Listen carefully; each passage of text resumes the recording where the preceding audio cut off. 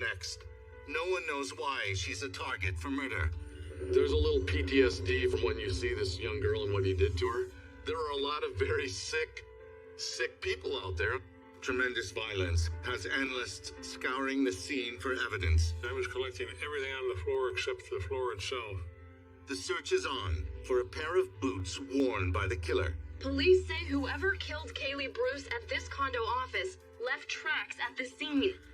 Ultimately, a microscopic clue tells the story and exposes a killer hiding in plain sight. Forensic evidence in this case was the whole case. Without it, we wouldn't have this animal off the street.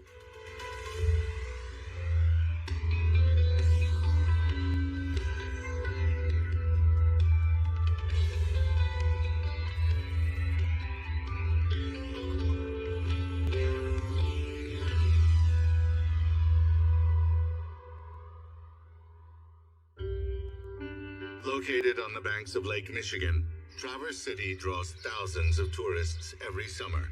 It's beautiful. There's a lot of people think it looks like the Mediterranean. The bay itself is a world-class sailing venue. They've had people from all over the world come out here to sail West Bay. But once summer is over, most tourists are long gone. The locals stay behind to brave the region's notoriously brutal winter weather, and the city goes back to being a small town. It's a close-knit town. It's a safe enough area where if you pull up to like a stoplight, you look in the car next to you to see if you know somebody who's driving next to you. You wouldn't do that in a big city.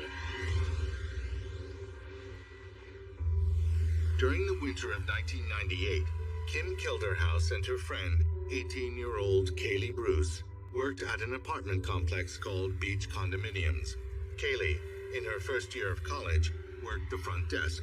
We both worked weekends. Kaylee always smiled, ear-to-ear smiles, beautiful ice blue eyes. You don't ever forget those eyes. She was just stunning. She was happy, laughing all the time. Very nice girl. On a Tuesday morning, reporter Peter Fortin got a surprise tip from the local sheriff's department. I received a call early in the morning from a very good inside law enforcement contact friend of mine who literally just said, there's something going on at the Beach Condominiums, you need to get down there. Inside the utility room at Beach Condominiums was a scene of stupefying violence. What he did to that young girl was beyond any norm or standard I can think of. You know, this person was an animal. I mean, he just lost it and just, tore the place apart and just beat the crap out of her. I've seen a number of murder scenes and covered them in my lifetime and was allowed into them. This is the worst thing I think I've ever seen.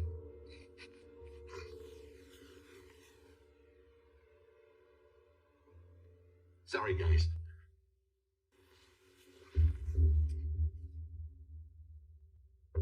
Kaylee Bruce had been beaten repeatedly with clothes irons stored in the utility room. It appeared that he would disintegrate one iron with the beating, and then went and got a second iron, and then a third iron. Third iron cord was wrapped around her neck. The others were just scattered over the floor. When I learned that Kaylee had died, I was stunned. I was shocked. And it's like a blur. Kaylee had been sexually violated, but apparently not raped.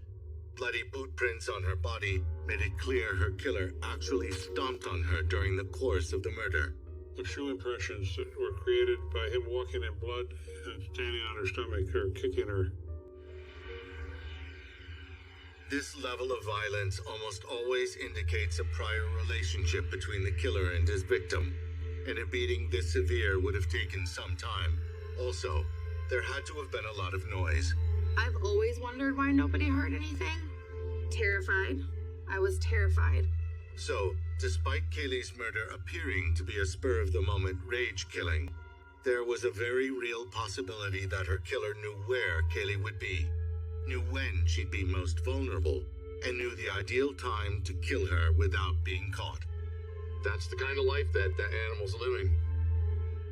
And he's an animal. That's not a human being.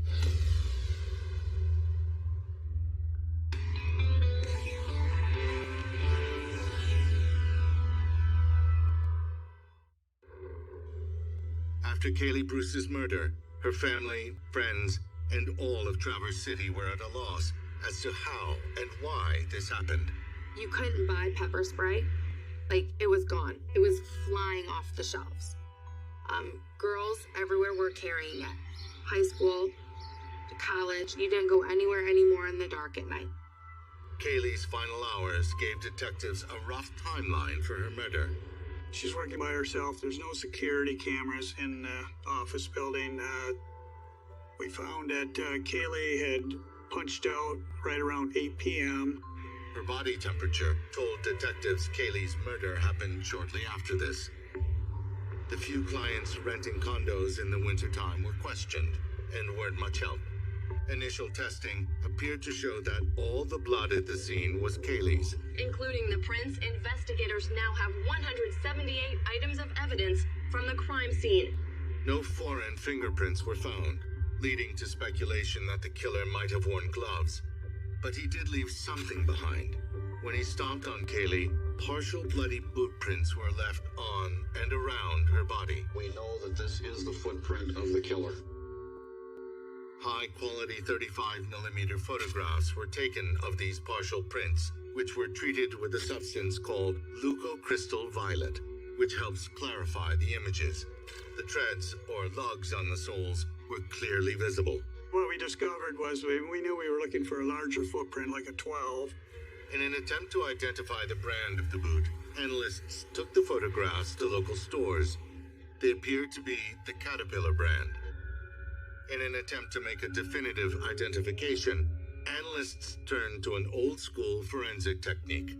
I traced the sole pattern on a sheet of acetate so that we could take that sheet and place it on the crime scene photos of her on the floor. With the acetate overlay, you could see different shapes on her body and on the floor that were consistent with Caterpillar boots. Since it appeared Kaylee's killer was familiar with her movements and with the condominium office, suspicion fell immediately on people who had this information, which led to an elevator repairman who regularly worked in the building. Other housekeepers, they all had mentioned that he made them very uncomfortable. They weren't comfortable around him. I mean, he was kind of making inappropriate gestures towards them. They defined him as being creepy. But this man had an apparent alibi, and no connection could be made to Kaylee's murder. They wore work boots, but they were not the Caterpillar. They weren't the shoe impression that we were looking for. Another suspect was Kaylee's boyfriend, Kurt. The relationship was off and on, especially after Kaylee left for college. She got a phone call, and it was him saying, "You're the worst girlfriend I've ever had." And at that point, Kaylee was getting to the point where she wanted more for herself. Investigators went to Kurt's workplace to question him. He worked for a heating company over there, and as we went into the shop, we noticed his footwear. He was wearing Caterpillar boots. Not only were these boots the right brand, they were large, possibly the right size, but not a single shred of evidence was found on them. Detectives faced a daunting prospect. If Kaylee's killer was not someone she knew, if her murder was a random act, then almost anyone could be responsible. It was private property, but it was open to the public. Anyone could come and go in there. People that lived there, people from the public, people traveling through town. Maybe this was just a transient going through town. They needed money. They robbed the place, which led to this terrible beating and death of Kaylee. And that meant the pool of suspects was practically unlimited. And also that Kaylee's killer or killers could be miles away by the time her murder was even discovered.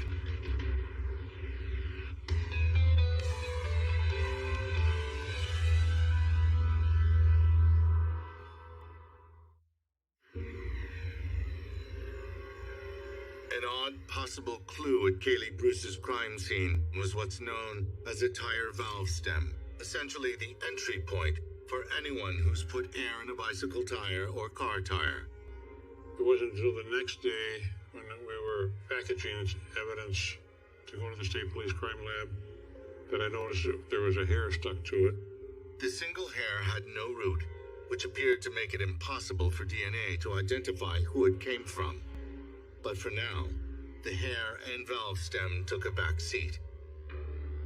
Investigators and analysts were convinced the bloody boot prints were the key to finding Kaylee's killer, so they made an unusual decision. They immediately went public with their evidence. The police got to the media and had a very large press conference, and they said, "We have these boots. We need your help in finding anybody that might have worn these." And the press put that out all over the place. Investigators released pictures of Caterpillar boots, size 11 or 12. They said the killer was wearing when Kaylee Bruce died. The day after the press conference, a potential tipster told police he heard an odd conversation while in the waiting room of a local tire store. He recalls the store employee saying, "Yeah, I know he has those kind of shoes, and he didn't show up for work today." More or less asked himself, well, I wonder if he's talking about the shoes of the suspect murderer. So he called the police. The man in question was 25-year-old Kevin Holzer, the son of the tire store owner. Those boots were common for the people there. His coworker said, yeah, Kevin owned a pair of those boots. He wore them after the murder. They weren't there. He was wearing something else. With this news, the valve stem at the crime scene suddenly became valuable evidence. But it's pretty common for them to be all over the floor at a tire shop. And there was yet another possible connection between Holzer and Kaylee. Holzer was a tenant at Beach Condominiums. In fact, he was interviewed the morning Kaylee's body was discovered. When police initially interviewed about 5 or 6 people who lived at the Beach Condominiums, the only person that didn't ask what's going on was Kevin Holzer. That's a big red flag for almost anybody investigating a crime. But it didn't raise a red flag at the time of that interview. Kevin Holzer was calm and cooperative with police. There were no marks on him. There was no blood on him or his clothing. At the time, investigators didn't know they'd be looking for someone who owned Caterpillar boots. And people who worked at Beach Condominiums had nothing bad to say about Holzer, who'd been living there for the past 6 months. When I was at the condos working, he was always polite. To me, Kaylee had mentioned that he would come into the office and ask for things, and that he would linger, but it was never anything that made her too uncomfortable. But a subsequent background check revealed a rape charge, later thrown out from 5 years earlier. And now that Holzer emerged as a possible suspect, some things about him stood out. He was 6'4", 225, big into martial arts. I mean, if you saw Kevin on the street, you would think he was probably a Division I football player. I mean, he looked very athletic. He's no one I would want to mess with. It turned out that 3 weeks earlier, a young woman from Traverse City was overpowered late one night and beaten nearly to death. She got grabbed, pulled into an alley, beaten severely, and left there. Thank God she survived. She basically survived because she played dead. That whoever did it left her because they felt that she was either dead or going to die. The only evidence at the scene was a large shoe print, a partial print, that was photographed in the snow. This image, captured shortly before the print disappeared, was so distinctive that a shoe print database, after comparing it to thousands of images, was able to identify the brand. The shoes in question had been identified as K-Swiss tennis shoes, an expensive shoe that's found everywhere. Was this attack and Kaylee Bruce's murder connected? Violent attacks against women were so rare in Traverse City that to have 2 of them inside of a month was starting to seem like more than a coincidence. I would have to say that whoever did the beating downtown, it's a very good chance that they also were the person who killed Kaylee.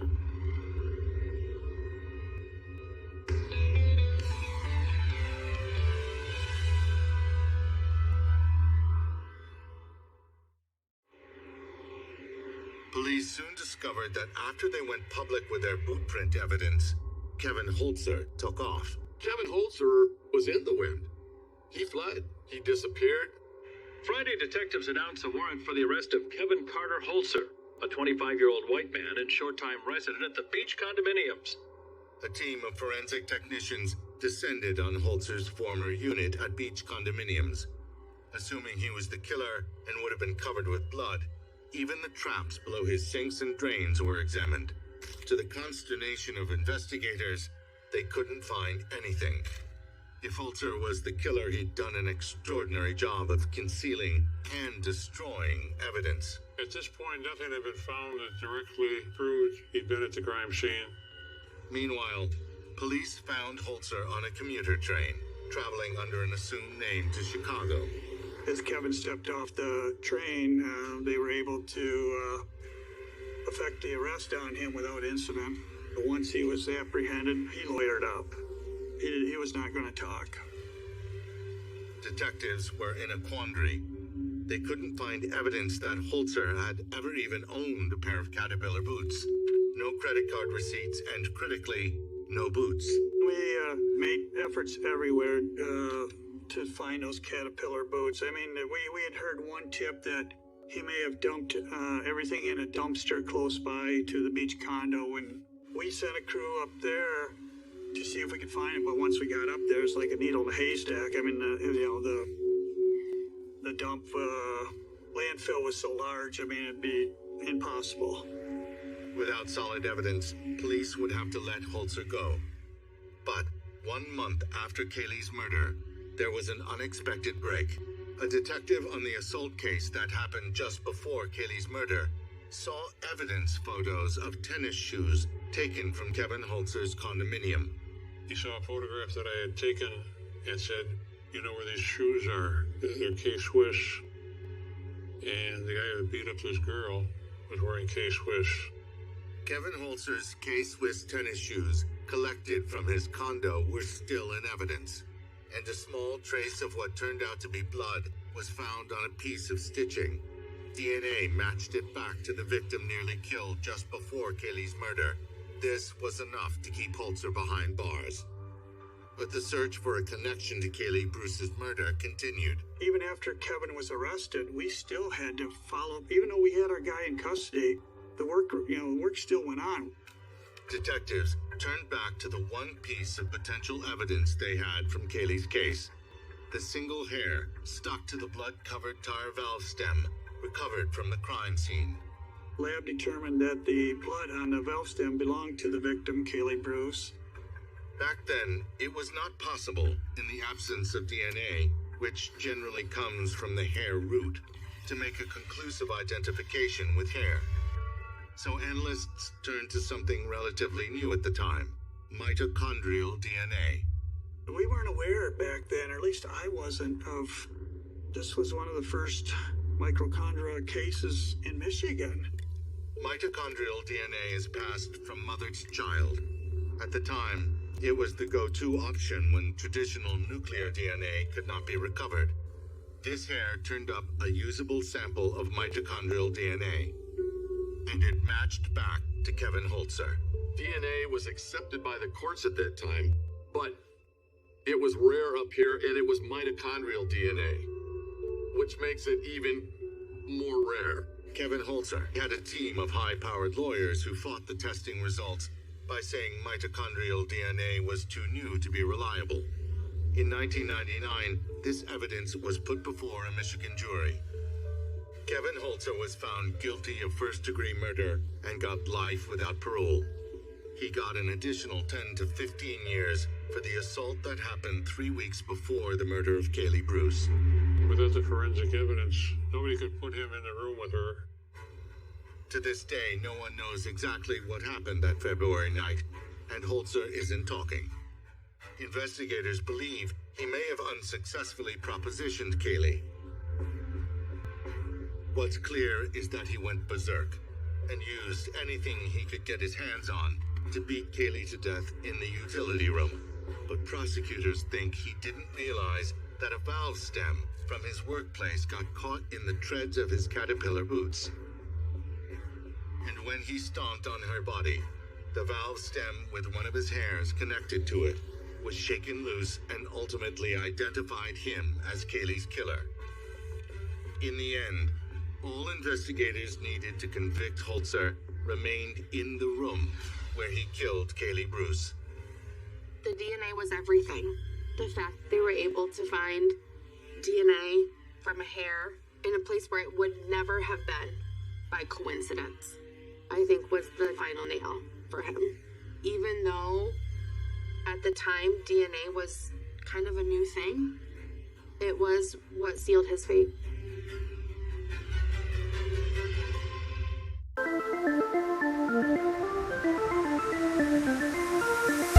Up goes the market. Some people just wander on the world, so they buy it from the market. They put a price tag on it, leave it at that. I know that I can be hard to please. Sometimes I do stupid things, but a fool in love sitting in the cold on moonlight. A fool in love never with the fire. I thought and I quote you. I thought and I quote you. If there is somebody new, it is easy to keep your number one. 'Cause you broke my heart with your number two. Can I touch your lips with your number three? It is raging on, it is raging on and on.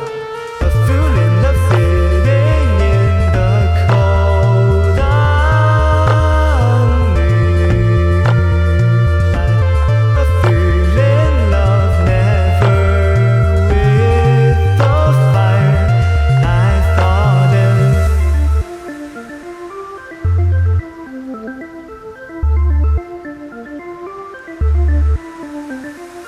I quote you, I thought and I quote you. And if this is the last thing we do, if we said goodbye, it might just be the last thing we do. A fool in love sitting in the cold moonlight. A fool in love never with the